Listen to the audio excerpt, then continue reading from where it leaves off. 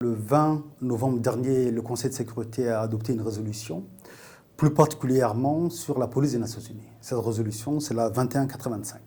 La résolution reconnaît à la police des Nations Unies un certain nombre d'acquis au niveau du terrain, que ce soit au niveau du support opérationnel, que ce soit au niveau de la formation des forces de sécurité locales, que ce soit l'accompagnement, que ce soit le développement. Mais la résolution demande aux pays contributeurs d'appuyer la police des Nations Unies dans le nouveau défi. Les missions des Nations Unies, particulièrement les missions de maintien de la paix, ont beaucoup évolué ces derniers temps, et plus particulièrement ces dernières années. Une grande partie de ces changements ont consisté au niveau de la police des Nations Unies à considérer la question de la gouvernance de la sécurité. C'est des notions nouvelles et qui demandent des expertises particulières. Au-delà de cette gouvernance de la sécurité, il y a la question de la réforme du secteur de sécurité, qui certainement a commencé il y a quelques années, mais qui demande maintenant particulièrement une attention particulière avec des orientations particulières. À cela, s'est ajouté la question de la criminalité transnationale et l'impact que ça a sur la sécurité des pays et sur la question de la porosité des frontières. C'est des choses que la police des Nations Unies a été mandatée, mais c'est tout récemment.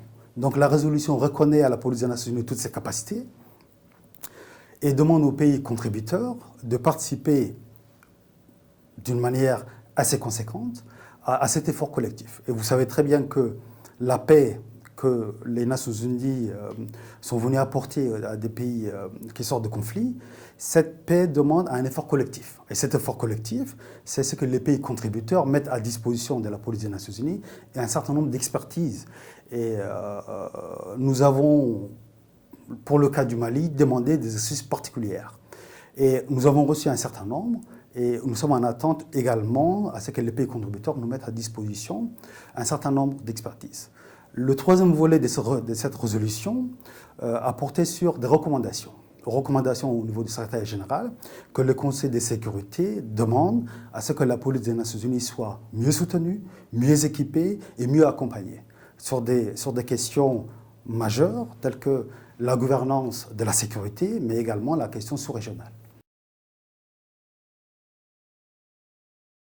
D'abord, j'étais très heureux, comme tous les autres commissaires sur le terrain, à ce que, pour la première fois, une résolution soit votée sur les capacités et les fonctions particulières de la police et la contribution de la police des Nations Unies. Sur tous ces éléments, que ce soit au niveau de la gouvernance, au niveau de la réforme, au niveau de l'accompagnement, au niveau de la consolidation de la paix, la police des Nations Unies ici au Mali est engagée sur tous ces fronts-là.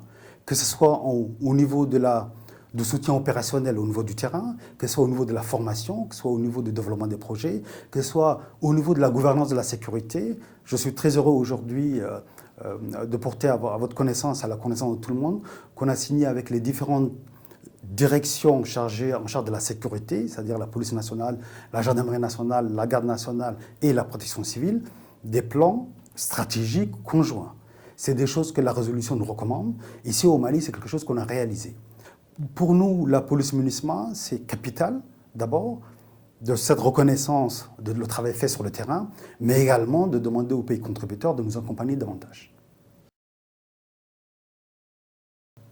D'abord, le mandat de la MINUSMA, le premier élément du mandat de la MINUSMA, c'est la protection des civils. Tous ces efforts, que ce soit un appui aux forces locales, mais également des initiatives au niveau de la police des Nations Unies, c'est dans le cadre de la protection des civils. Et nous accompagnons également aussi, particulièrement au nord où nous sommes fortement présents, les unités en charge de la sécurité malienne pour améliorer le rapport qu'ils ont avec la population. Alors cette résolution, d'abord, nous mandate davantage sur ces initiatives et automatiquement demande au secrétariat de nous mettre à disposition plus de moyens. Donc on sera au niveau des populations sur le terrain pour le citoyen lambda, on sera plus visible.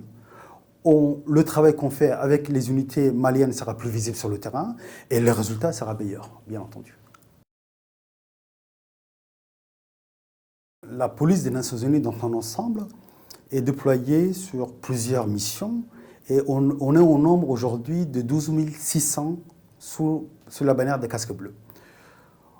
La résolution nous recommande d'avoir un plus grand nombre de personnel féminin, qui est une très bonne chose, sauf qu'au jour d'aujourd'hui, on est à 7% d'une manière globale.